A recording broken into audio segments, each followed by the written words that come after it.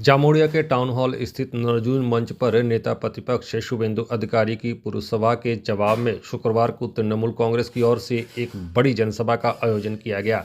इस सभा में तृणमूल नेताओं ने भाजपा और शुभेंदु अधिकारी पर तीखे आरोप लगाए।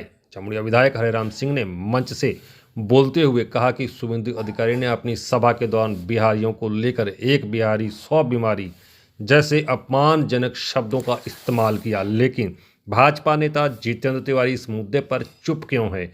उन्होंने कहा कि जामुड़िया के सभी समुदायों का सम्मान है और किसी को भी अपमानित करना स्वीकार नहीं किया जाएगा। আপনার সামনে আমি কিছু বক্তব্য রাখবার জন্য এসেছি। 16 তারিখে এই মঞ্চ থেকে শুভেন্দু অধিকারী গাল দিয়ে গেছে। উনার গালের জবাব তো আমরা দিবই, পরন্তু সবাইকে আজ থেকে চিন্তা ভাবনা করতে হবে এই রকম বিজেপি নোংরা পার্টি কোথাও আমরা দেখিনি। আমার মা মমতা ব্যানার্জির উপরে উনি যে শব্দ করেছেন, উনি হিন্দি বুঝেন নাই। উনি বলেছেন হরেরাম সিং এর যে আছেন মালকিন, উনি জানেন না মালকিন শব্দ কাকে বলে। মমতা ব্যানার্জি আমার মা আছে, উনি বলেছেন कि हमें जमुरियाते 25,000 ভোটে হরিরাম সিংকে হারাবে। আরে 2021 সালে 44 বছর যেখানে সিপিএম রাজ করেছিল, সেখানে মমতা ব্যানার্জি আশীর্বাদ নিয়ে জমুরিয়াতে আমি 7,000 ভোট লিড করেছি। তারপরে এমপি ইলেকশনে 12,000 ভোটে লিড করেছি। আপনি বলছেন 25,000 ভোটে বিজেপি নেতা এখান থেকে জিতবে।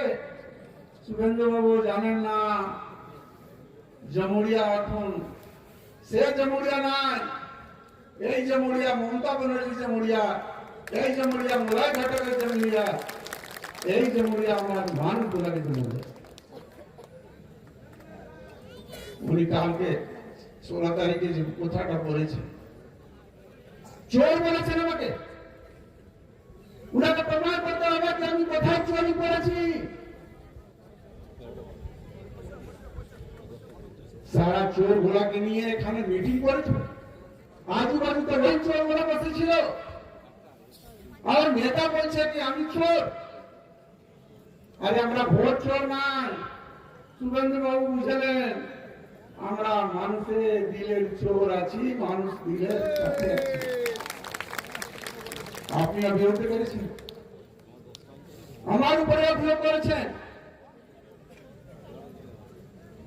ওনার কাছে গাড়ি আছে, বাড়ি আছে। শুভেন্দু বাবু ফ্যামিলি ব্যাকগ্রাউন্ড আপনি হরিরাম সিং এর জানেন নাই। আমি এই জমিনে পয়দা হয়েছি, আমার বাবা এখানে চাকরি করত। ইলেকশন যখন আমি লড়ছিলাম 2021-এ, ইলেকশন কমিশনের কাছে আমাদের ডিক্লারেশন করা আছে যে আমার কাছে 3টি 4টি গাড়ি ছিল। আজ তো বলেছি, আপনি কি বলেছেন না দুটা সাইকেল নিয়ে ঘুরতো। শুভেন্দু বাবু কি কথা আপনি বলছেন? গোটা সাইকেল নিয়ে কোথাও আমি ঘুরি নাই। আমার মা বাবা যে দিয়ে গেছিল সেইটা আমি গাড়ি উঠতেছি। আপনি বলেছেন বিকাশের কাজ করেছেন, বিজেপি এলে সবাইকে চাকরি করে দিবে। আপনি বলেছেন এখানে বাইরে লোক চাকরি করছে। এই নোংরা কথা বলবার আপনার উচিত নাই।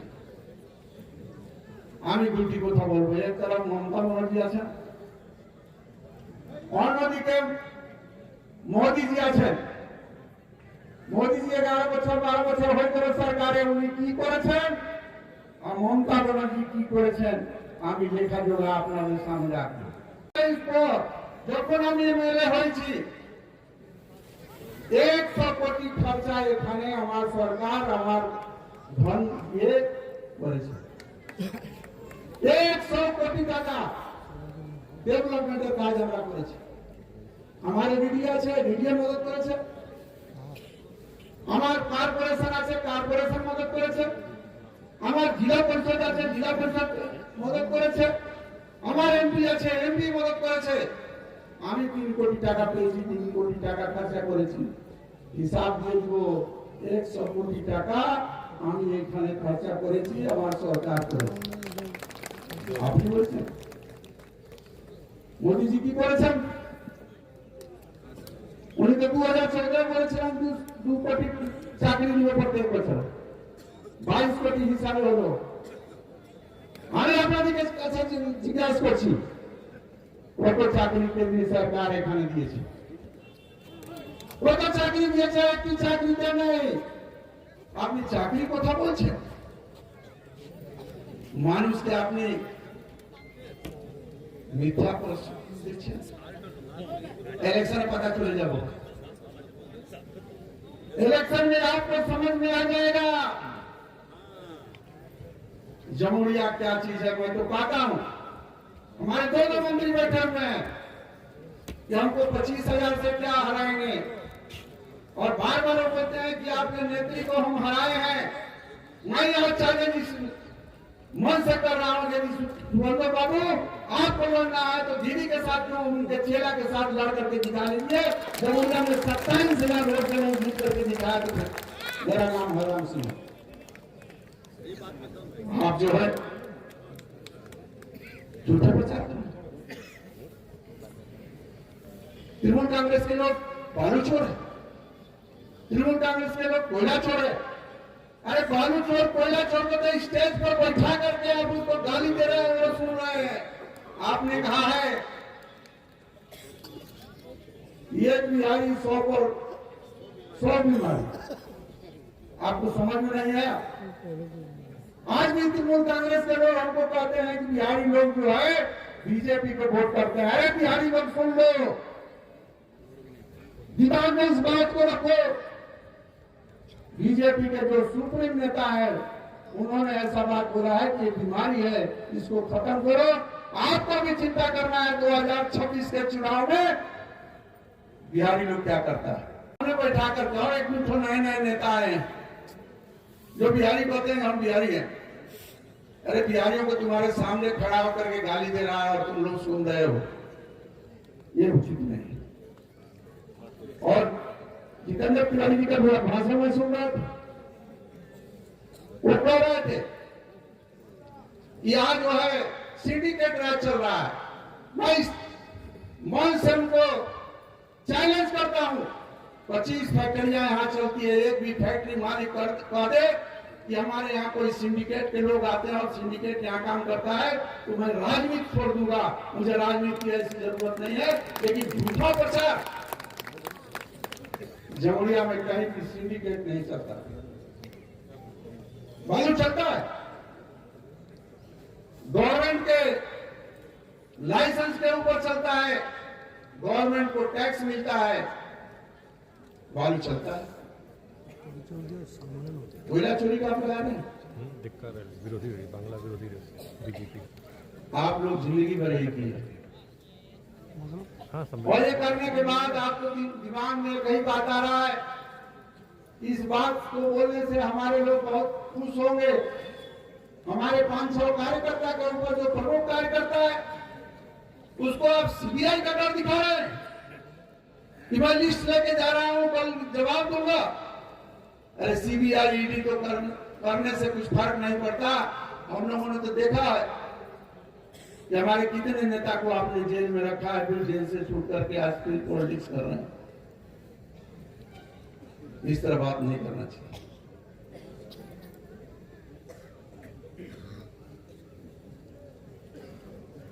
मेरे परिवार के पास समस्या है मेरे पास बहुत समस्या आती है पानी की समस्या है हमारा पुल टूट गया था जिसके चलते दामोदर का पानी हम लोग तक नहीं पहुंच रहा है, पानी की समस्या है। लेकिन मेरी सरकार, मेरे नेता इसके पीछे पड़े हुए और 1 महीना के अंदर पूरा सप्लाई हो जाएगा। उसके लिए किसी को चिंता करने की जरूरत नहीं है। हमारे नेता मंत्री सभी लगे हुए हैं। समस्या है रोजगार की समस्या। हमारा जो जमुरिया क्षेत्र है, पिछड़ा हुआ इलाका है, रोजगार का सृजन की काम भी हम लोग कर रहे हैं। और ऐसी बात नहीं है कि तृणमूल कांग्रेस के लोग इस पर विचार नहीं करते हैं। सब मंत्री बैठे हुए हमारे, मोराइल आपके सामने रखेंगे।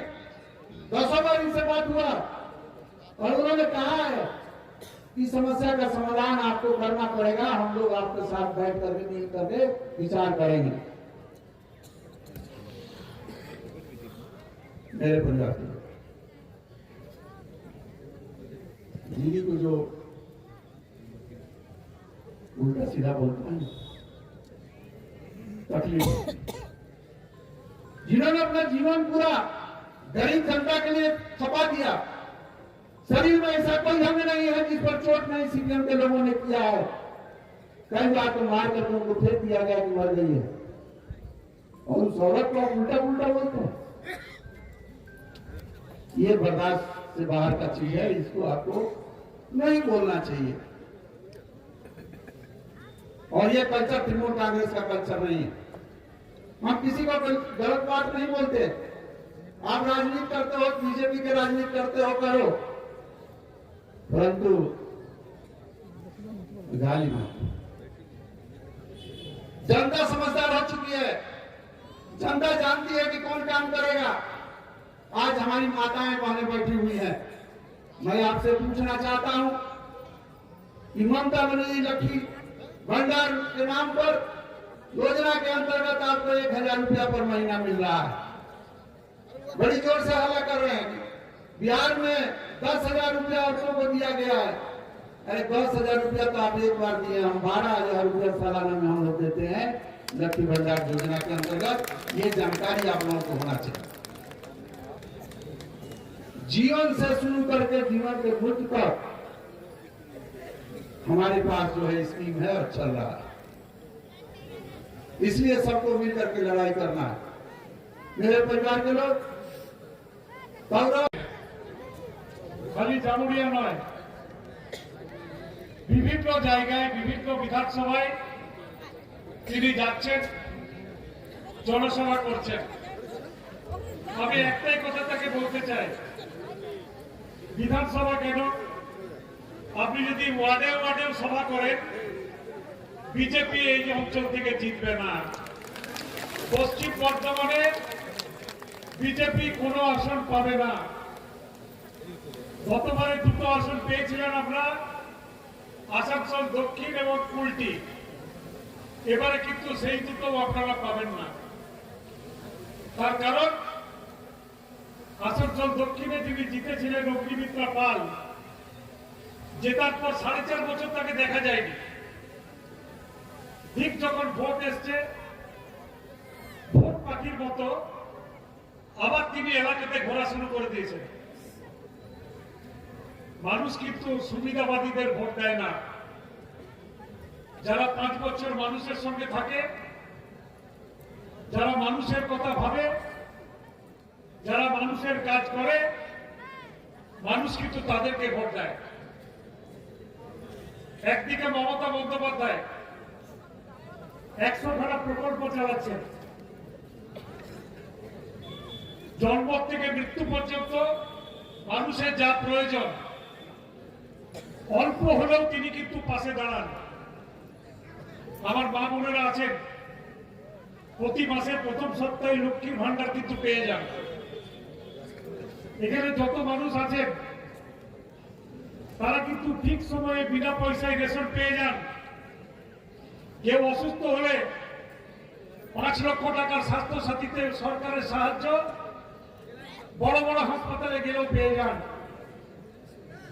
কন্যাশ্রী রূপশ্রী থেকে একের পর এক প্রকল্প আমাদের নেত্রী মমতা বন্দ্যোপাধ্যায় চালাচ্ছেন রাজ্যের কোষাগারের টাকা দিয়ে। আর অন্যদিকে নরেন্দ্র মোদীর সরকার রয়েছে, আমি এই অঞ্চলে একটা কথা বলতে চাই, এই জামুরিয়া অঞ্চল এক সময় 35 থেকে 40 খানা কয়লা খাদান এখানে চালু ছিল। হাজার হাজার মানুষ সেখানে কাজ করতেন। 2014 লোকসভার ভোটের আগে পোলো গ্রাউন্ডে নরেন্দ্র মোদী এসে মিথ্যা প্রতিশ্রুতি দিলেন, हर साल 2 करोड़ बेकार को नौकरी दूंगा। তিনি বলে গেছিলেন सबका बैंक अकाउंट में 15 लाख रुपया भेजूंगा। কিন্তু আমরা কি দেখলাম, একের পর এক কয়লা খাদান তিনি বন্ধ করে দিলেন। বন্ধ করা তো দূরের কথা, একদিন যে প্রাইভেট মালিকদের অত্যাচার ছিল কয়লা খাদানে, সেই কয়লা খাদান জাতীয়করণ করা হয়েছিল। আজকে নরেন্দ্র মোদী একের পর এক কয়লা খাদান প্রাইভেট মালিকের হাতে তুলে দিচ্ছেন, আবার সেই অন্ধকারের দিন থেকে ডেকে নিয়ে আসছেন মানুষের সামনে। তাই যারা শ্রমজীবী মানুষ এখানে আছে, আগামী 2026-এর নির্বাচনে এর যোগ্য জবাব দিতে হবে। আজকে প্রাইভেট কয়লা খাদান যে মোদী সরকার করার চেষ্টা করছেন, যেভাবে সরকারি সম্পত্তিকে বিক্রি করে দিচ্ছেন, আজকে তার বিরুদ্ধে আমাদেরকে প্রতিবাদ করতে হবে। কোন নেতা আসছেন, মিথ্যা প্রতিশ্রুতি দিচ্ছেন, মিথ্যা কথা বলছেন, সবসময় খেয়াল রাখবেন ভারতীয় জনতা পার্টি ভোটের সময় খালি এদের দেখা যায় এরা ভোট পাখি। 2021 সালে ভোটের আগে অনেক নেতা হেলিকপ্টারে করে এসেছিলেন, সমস্ত টিভির পর্দাকে কিনে দিয়েছিলেন, এমন একটা হাওয়া তুলেছিলেন যে ইসবার 200 পার, কিন্তু 200 পার বিজেপি হয়নি। মমতা ব্যানার্জি 200 পার করে দিয়েছিলেন, 211টা বিধানসভাতে জিতে বর্তমানে 230 খানা এমএলএ নিয়ে তিনি কিন্তু বিধানসভায় মুখ্যমন্ত্রীর দায়িত্বে আছেন। আর এবারের যে নির্বাচন, ভারতীয় জনতা পার্টি তারা বুঝে গিয়েছে পশ্চিমবঙ্গে কাজের নিরিখে ভোট পাওয়া যাবে না, কারণ মমতা বন্দ্যোপাধ্যায় এত কাজ করেছে, বিজেপি সেখানে খাপ খুলতে পারবে না, কথা বলতে পারবে না। সুতরাং এসআইআর করে দাও। প্রতিবাদ সভা, এবং কেন প্রতিবাদ সভা আমাদের করতে হলো আপনারা জানেন, যে এখানে পশ্চিমবঙ্গের বিরোধী দলনেতা শুভেন্দু অধিকারী তিনি একটা মিটিং করে গেছেন, এবং সেই মিটিং এ আমাদের দলের বিরুদ্ধে, নেত্রীর বিরুদ্ধে, আমাদের প্রিয় বিধায়ক হরিরাম সিংজির বিরুদ্ধেও নানা কুৎসা করে গেছেন, অপপ্রচার করে গেছেন। এবং আমি এসে খুব অবাক হলাম যে শুভেন্দু অধিকারীর সেই উৎসাহ এবং অপপ্রচারকে পদদলিত করে এই মাঠে হাজার হাজার তৃণমূল কংগ্রেসের কর্মীরা, সহযোদ্ধারা উপস্থিত হয়ে এই সভাকে আপনারা জনসমুদ্রে পরিণত করেছেন। এখানে কুৎসার কোনো জায়গা হয় না, কারণ অনেক মায়েরা এসছেন, অনেক দিদিরা এসছেন, বোনেরা এসছেন, বয়স্ক মানুষেরা এসছেন, এবং আপনারা দৃঢ় প্রতিজ্ঞ যে আগামী বিধানসভা নির্বাচনে এই কেন্দ্রে তৃণমূল কংগ্রেসের প্রার্থীকে আপনারা বিপুল ভোটে জয়ী করবেন। মঞ্চে রয়েছেন আমাদের অত্যন্ত শ্রদ্ধেয় পশ্চিমবঙ্গ সরকার, চেয়েছিল যে এসআইআর এর মাধ্যমে পশ্চিমবঙ্গ থেকে প্রকৃত ভোটারের নাম বাদ দিয়ে ওরা পশ্চিমবঙ্গকে দখল করবে। একটা অসময় এসআইআর চাপিয়ে দিল ভারতবর্ষের নির্বাচন কমিশন। মাত্র 2 মাসের, 2.5 মাসের মধ্যে এসআইআর, তারপরে 3 মাস পরে ভোট। এটা অবাস্তব। এত অল্প সময় এসআইআর করা যায় না, কারণ 7,66,00,000 যে ভোটার, তাদের তথ্য প্রমাণ যাচাই করে ভোটার তালিকায় নাম তোলা এত অল্প সময় করা যায় না। তাই আমাদের নেত্রী মমতা বন্দ্যোপাধ্যায়, অভিষেক বন্দ্যোপাধ্যায় পথে নামলেন, প্রতিবাদ করলেন যে এসআইআর এর মাধ্যমে প্রকৃত ভোটারের নাম বাদ দেওয়ার চক্রান্ত করছে ভারতীয় জনতা পার্টি। মমতা বন্দ্যোপাধ্যায় বললেন যে এসআইআর আপনি 26-এর পরে করুন, আপনি সময় নিয়ে করুন, আমরা সহযোগিতা করব। কারণ এর আগে যখন 2002-তে এসআইআর হয়েছে তার আগে পরে অনেক সময় ছিল, কিন্তু এবার নির্বাচন কমিশন সেই সময়টা দেয়নি। এর পেছনে একটা চক্রান্ত ছিল। কারণ এই শুভেন্দু অধিকারী তিনি বারবার বলছিলেন, সুকান্ত মজুমদাররা বারবার বলছিলেন, কি বলছিলেন, যে বাংলা থেকে ভোটার তালিকা থেকে 1 কোটির ওপর রোহিঙ্গা বাদ হয়ে যাবে। বলেছিলেন 1 কোটির ওপরে বাংলাদেশি মুসলিম অনুপ্রবেশকারীদের বাদ দিয়ে দেবো। বললেন পাড়ায় পাড়ায় রোহিঙ্গা ঢুকে পড়েছে। শুভেন্দু অধিকারী বললেন চারিদিকে রোহিঙ্গা ছেয়ে গেছে। বললেন যে দড়ি দিয়ে বেঁধে এই রোহিঙ্গাদের আমরা মায়ানমারে পাঠিয়ে দেব কিংবা কক্সবাজারে পাঠিয়ে দেব। আজকে এসআইআর হলো, প্রায় অনেকটা সময় অতিক্রান্ত হয়ে আজকে সমস্ত এসআইআর এর একটা বড় পর্ব শেষ হয়েছে। কি দেখছি আমরা, একটা রোহিঙ্গা খুঁজে পেয়েছেন নির্বাচন কমিশন, একজন বাংলাদেশি অনুপ্রবেশকারীকে খুঁজে পেয়েছেন, কিন্তু সব থেকে ক্ষতিগ্রস্ত তাদের হচ্ছে, সব থেকে ক্ষতিগ্রস্ত হচ্ছে ওপার বাংলা থেকে ছিন্নমূল হয়ে আসা হিন্দু উদ্বাস্তু মানুষ। এই নদিয়া 24 পরগনার বর্ডার এলাকাগুলোতে যারা বসবাস করছে, যারা উদ্বাস্তু কলোনিতে থাকেন, সেই সমস্ত মানুষের নাম আজকে কিন্তু সন্দেহের তালিকায় রয়েছে এবং তাদের হিয়ারিং এ গিয়ে প্রমাণ করতে হবে। আর কারা, আর কাদের অসুবিধা হলো?